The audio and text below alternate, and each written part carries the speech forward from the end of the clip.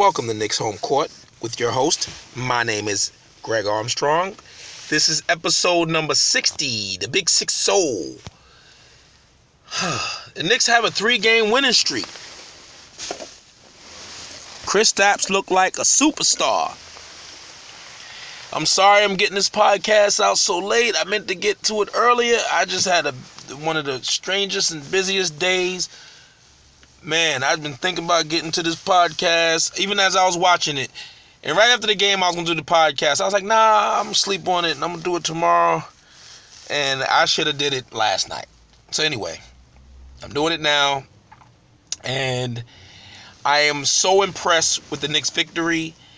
I'm impressed with their style of play.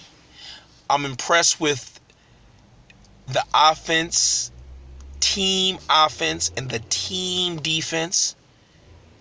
You see, when you don't have a lot of talent, you have to play as a cohesive unit. Even when you have a lot of talent, but sometimes, perfect example of that is Oklahoma City. They had Durant and Westbrook. They didn't really play as an offensive unit, but they had those two guys. And sometimes you can win like that. Cleveland Cavaliers, they had LeBron and Kyrie balling out. Sometimes you can win like that. But more times than not, when you have 5 players playing for each other, playing well, playing hard for each other on offense and on defense, that turns into usually a good team.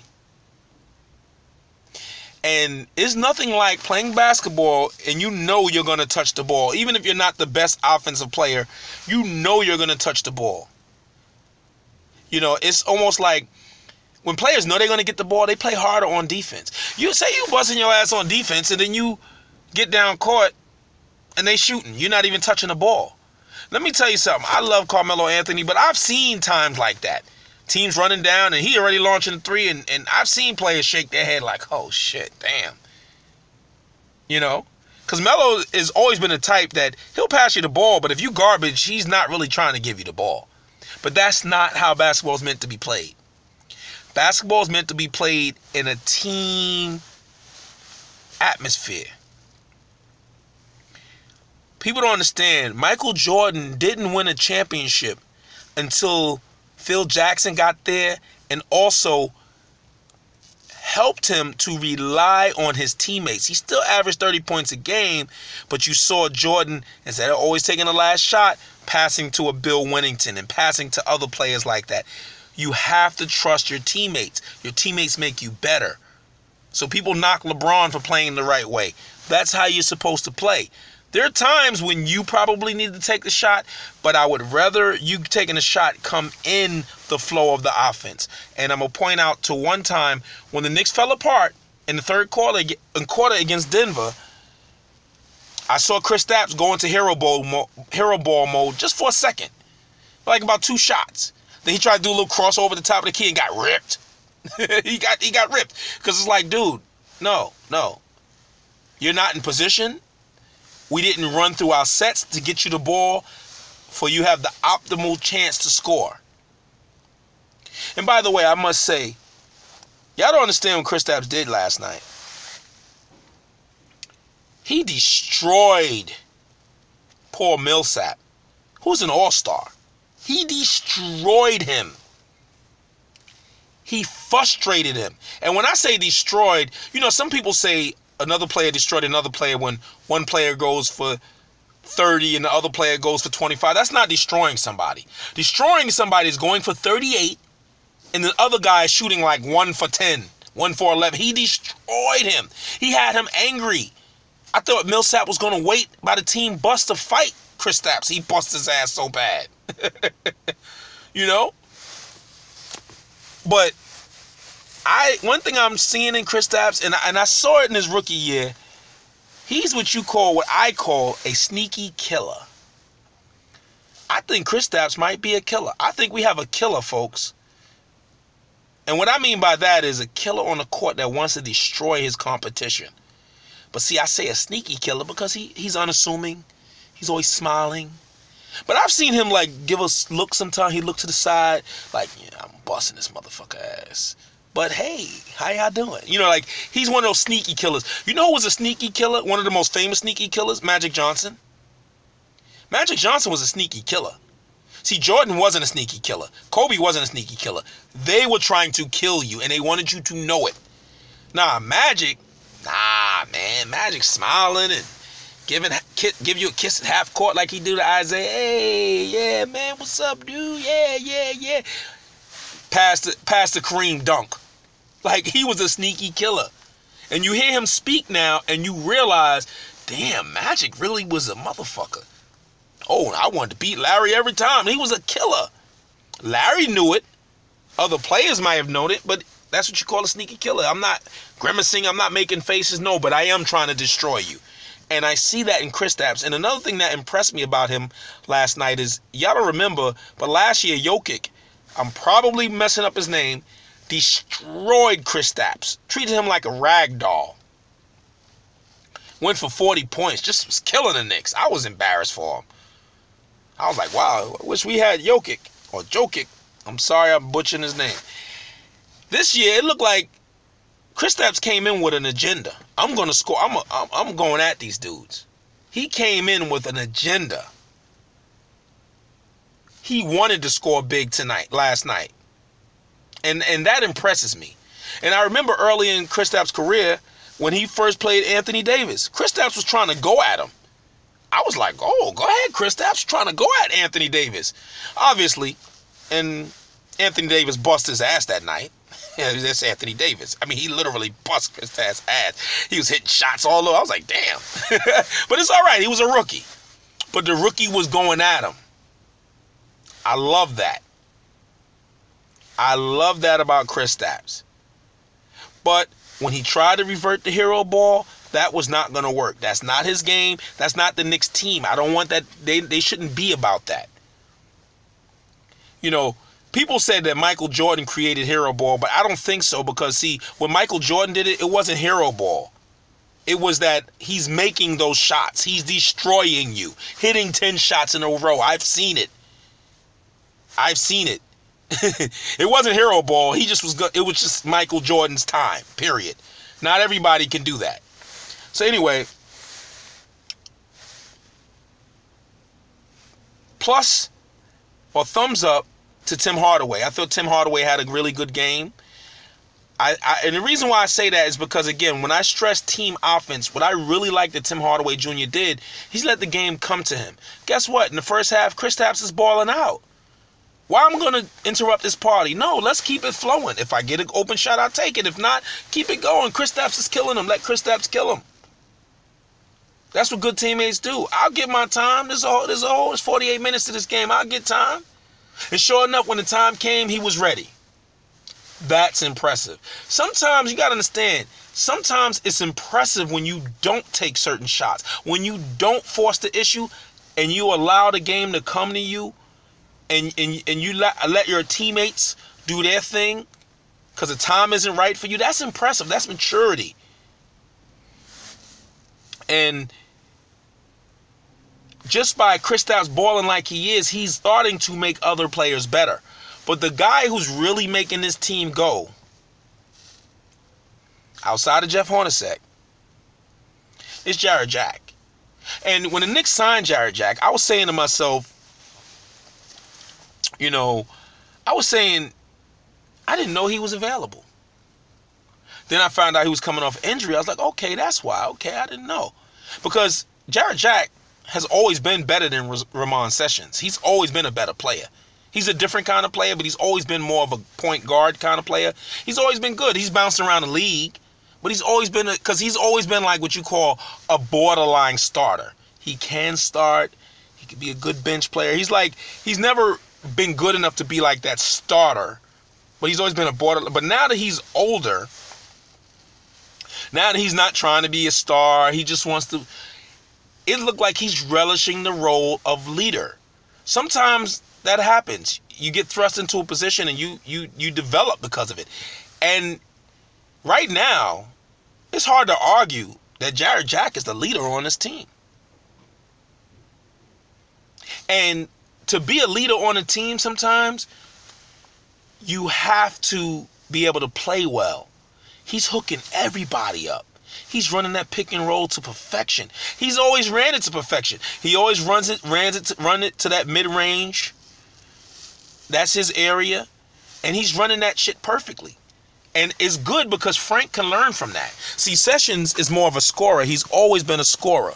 Ramon Sessions has always been a scorer, not really that much of a point guard. If you look at his numbers, he's never really been that much of a point guard. Very good player, though. And he can score, and I think he's good off the bench. And by the way, he's not getting cut. Baker's not getting cut. Who's getting cut, I think, is going to be Kuzminskis. I think he's seen his last days as a Knick. I don't think he's ever going to play for the Knicks again. That's just my opinion. It might be somebody else, but I don't see anybody else really getting cut because guess what? Jarrett Jack, his biggest issue really is staying healthy. So you need Ramon Sessions. You may need him. And he's a veteran leader, so he's not getting cut. You can forget that. Baker, you need his toughness. You need his defense. He has ankle issues. I don't know if he's going to fall out the rotation, but he's not getting cut as well. The one guy that's getting cut, and you see him every night, Kuzminskis. He's not playing, and he's not even hurt. He's not playing. Either him or Beasley. But I don't think they're going to cut Beasley either. He's still useful. So I think it's Kuzminskis. I think he's literally the odd man out. And by the way, do I hear anybody asking for Billy Hernan Gomez over Kylo Quinn? I'm listening. I'm listening. Do I hear anybody? Anybody? You know why? Because you got to reward guys when they're playing well. In the second unit, Kylo Quinn is destroying teams. Blocking shots. He had some great blocks yesterday. He's an above average. I'm sorry. He's a good defender. I should have stuck with good. He's a good defender, man. He's good. He plays the defense. He's a very good defender and rim protector. And tough on the boards. And he can score a little bit. Come on. And he worked on his body in the offseason. He came ready to play. Professional. You don't just say, sit on the bench because we want this young guy to develop, We're going to tank this year. Sit your ass on the bench. No, he's a good player. He needs to play. Billy going to have to surpass him somehow. And good. Look, he's getting time. It's a long season. That's why you're starting to see the young players, and you're going to see more young. You're going to see them play a little bit more because we have a lot of games in a short period of time. We play tomorrow. Play Houston tomorrow. We're off. Then we play another game. Then we're off. Then we play another game. After back-to-back, by the way. So we got a lot of games coming up. So that's why you're seeing the young players. You're going to see a lot more Frank. You're going to see Frank's minutes actually increase. That's good. Because you know what? I'm at the point right now with the Knicks. They're playing well, and the way Jack is leading them, I want to preserve him. I don't want to play him 30 minutes a night. I want to start lessening his minutes to keep him healthy because we need him. However, in the same time, slowly bring along Ntilikina to be in that position. Because one thing about Ntilikina, he has to develop his offensive game, obviously. But his defense, I already told you, that's the thing that's going to get him on the court. It's going to be his defense. And you see it with them damn go-go gadget arms. It's crazy. I don't know, man. People want to call him the French Prince and Frank Nitty, and I'm like, we should name him basically. It got to be something related to his arms, man. Like they had Stretch Armstrong. Of course, he can't be that. But I mean, this dude, it's just crazy when you see it. It looks crazy. This dude got a body on. His arms are so damn long. And by the way, I just want to say, to me, in my opinion, the best player, in my opinion, of all time, Michael Jordan, I think he has the best nickname ever. Air. Can you really top that? Air. Air. Come on. Another great name was Magic. You know what I'm saying? I don't think we should. Frank Ntilikina is Frank Ntilikina. Let's see what he is, and then we give him a name. He's playing winning basketball. Dallas suck. For all the Dennis Smith lovers, go watch Dennis Smith. Go watch him, since he dunks and looks nice dunking and warm-ups. Go watch Dennis Smith.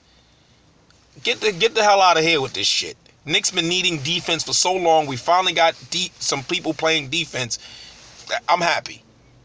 And they're playing together as a team. They're actually fun to watch. And that, my people, attracts free agents. You're playing an exciting brand of basketball. You're getting up the court. Everybody's getting shots. And if you're winning in New York, it's the best place to play when you're winning. And you got a budding superstar, literally a budding superstar in Kristaps. The way he's playing, he's going to start in the All-Star game this year. That's what you got. In 2 years, free agents going to be knocking down their door to get here. I say 2 years because Knicks don't even have cap space this year. So, not this summer. The summer after next, they might be making a power move. You see what I'm saying? And, oh, by the way, people are getting upset because they're saying, oh, Noah's coming back. And let me tell you something. One thing Hornacek is showing me, if you deserve to be on the court, you're going to be on the court. So if he lets Noah play, it won't be because of salary. Because if Noah's healthy, let's not disrespect that man. That used to be a great player. Let's not he's one of the smartest defensive players that I've ever seen. One of the best passers I've ever seen as a big man. Of course, those were years ago. What I'm saying is, if he's healthy and he's able to play like that, he's going to get playing time, folks. Deal with it. Deal with it. But right now, the way O'Quinn is playing, the way Kansas is playing, it's going to be hard for him to get on the court, which is the best case scenario. Same thing with Billy. Billy going to have to slim down and learn how to play power forward because right now the center's position is locked down. Sorry, Billy. I like you. But Kansas 25, folks. He's going to be here probably next year too. Who knows? He might be here beyond that. He's a good player. See, and what I mean is also, he's a serious threat on offense that needs to be stopped, that needs to be double teamed. As much as I like Billy, he's not at that level. Even though he can score, he's not at the level to be double teamed. Check Kansas per this year. Check his player efficiency rating this year. It's off the charts. He's playing like at a star level, even though he's not scoring the points, but he's playing at that level. And he's allowing himself to be coached. Because guess what? Hornacek takes him out. When he starts playing bullshit defense, Hornacek takes him right out. He's a good guy, man. He's a good guy to have on your team. And he's a banger. And Knicks got two, really three, because Hernan Gomez is a banger. They got two prime bangers. They're killing the league in rebounds. Y'all keep playing small. Because Kristaps has the ability, possibly, to just shoot over these small guards. These small forwards. Houston's another level. I don't know what to expect when it comes to Houston right now. I mean, we could lose by 40, we could lose by 50, or they might surprise us. But I'll tell you this. If the Knicks win this game, if the Knicks beat Houston, there's a chance they might go on. They got a few winnable games coming up. They got Phoenix, they got Indiana. They got some winnable games coming up. And the way they're playing, they look like a good team. This is not hot shooting or nothing like that. Like I said, I like sustainable effort, sustainable basketball. This is sustainable. Moving the ball, moving your body, hitting the open man, that's sustainable. That's not skills. That's just playing the right way. The defense even looked good to watch. You saw the rotations were tight. You know, when Hardaway rotated over here, Lee came over here, and Porzingis slid up to his man. That's actually fun to watch. You see them hustling. You see it. You hear the sneakers squeaking. Even when they threw that alley-oop, if you was watching the game, when they threw that alley-oop,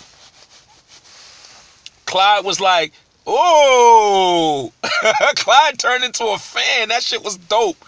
When the last time Clyde turned into a fan? Which brings me to something else I wanted to talk about, and it's the topic of tanking.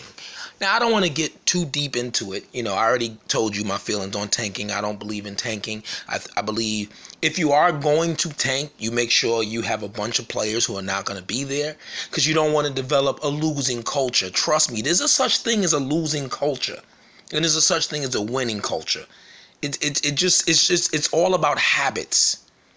You see, a losing culture has losing habits. They do things, they're not focused. They're not, they don't play hard all the time.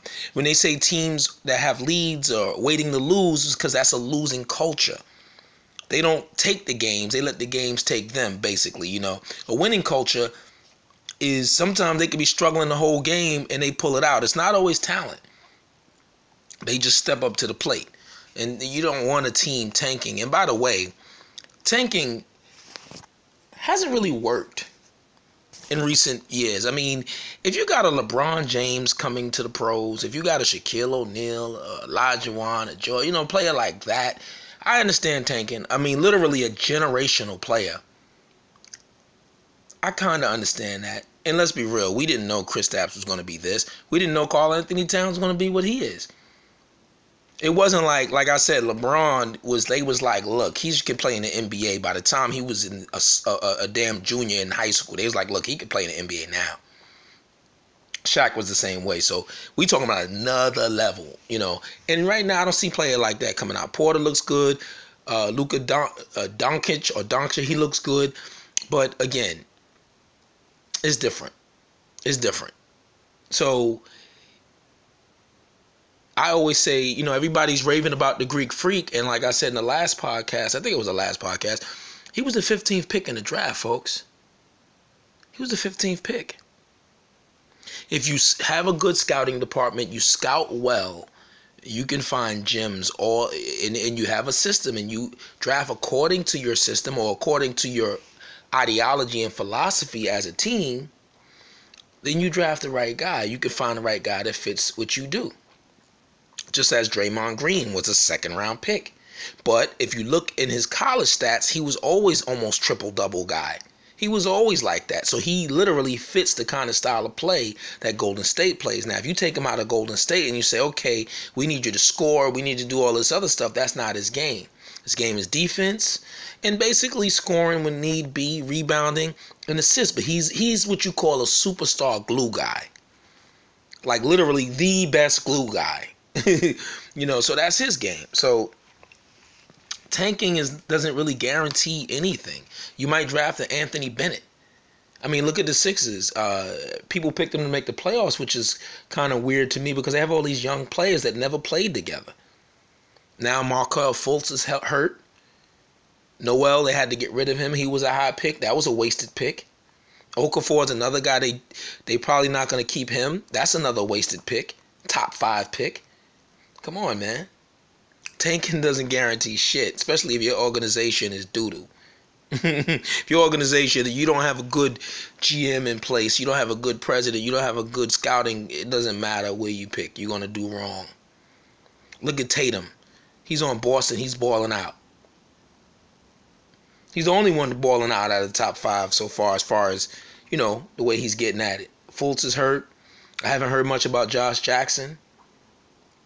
I think that De'Aaron Fox is nice, But anyway, and let me talk about another thing. As far as tanking, let me talk about the opposite of that. Getting your team good, right?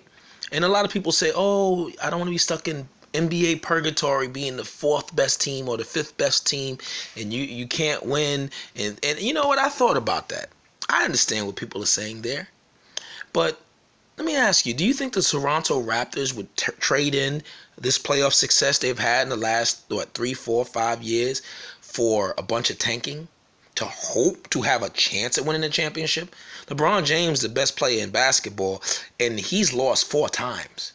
Golden State won 70 games and lost the championship. It's no guarantee that tanking will do it for you.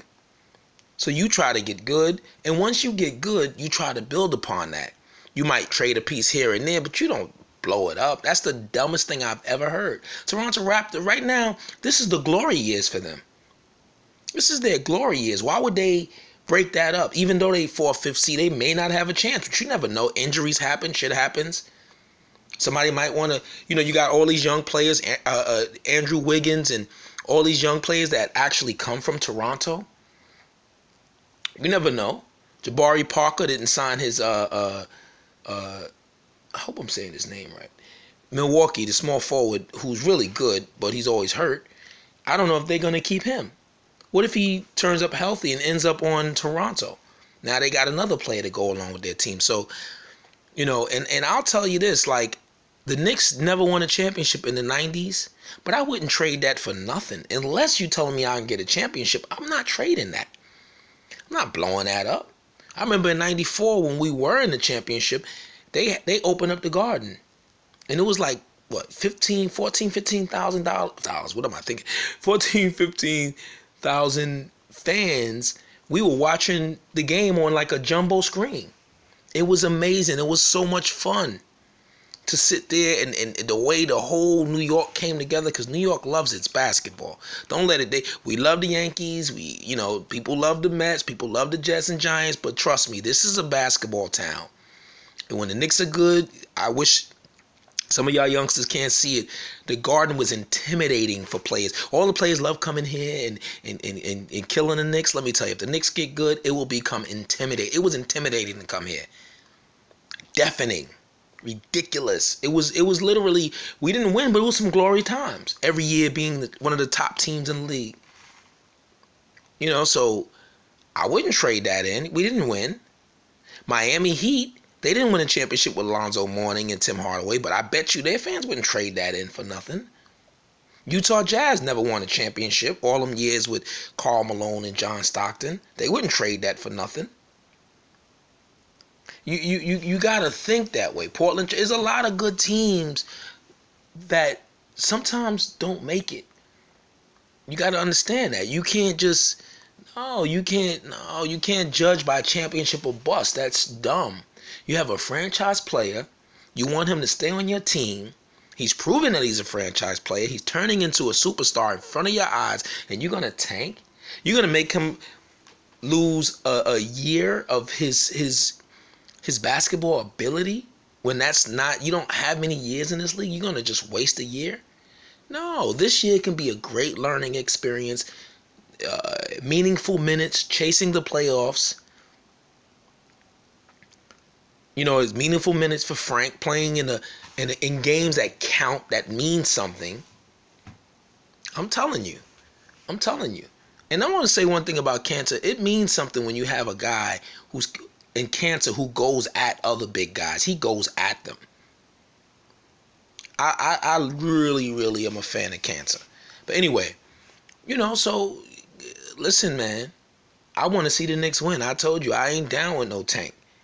I'm not, like I said, if we out the playoffs already, last 15, 20 games of the season, maybe if you want to just say, okay, we're going to sit guys down, which I really don't agree with that much either, because again, you want to develop good habits, man. It's all about developing good habits. And some teams finish the season strong, they get some confidence, they come into the next season ready. That tanking shit just leaves a bad taste in everybody's mouth. And speaking of that, I don't believe I said that. Speaking of that, I just wanted to send my condolences out to the families of the victims who got killed last night in Lower Manhattan.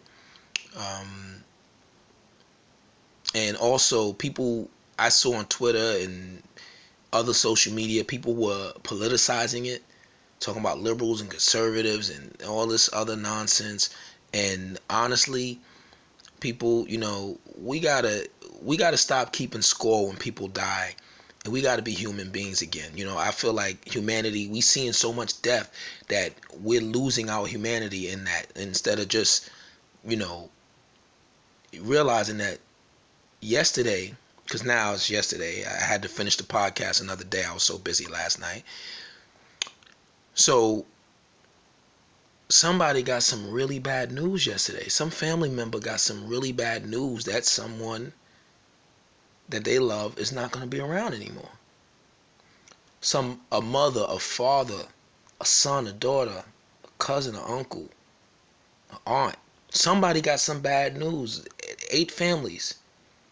And that's sad, man. And I ain't got time for people who want to politicize stuff like that. It's just fucked up. So anyway, my condolences to them, and things like that. I don't mean to end the podcast on a somber note. It just was something that was on my mind, and I just wanted to put that out there. But anyway, this has been Knicks Home Court. This is episode number 60, the big 60, and I'll speak to you later. Peace.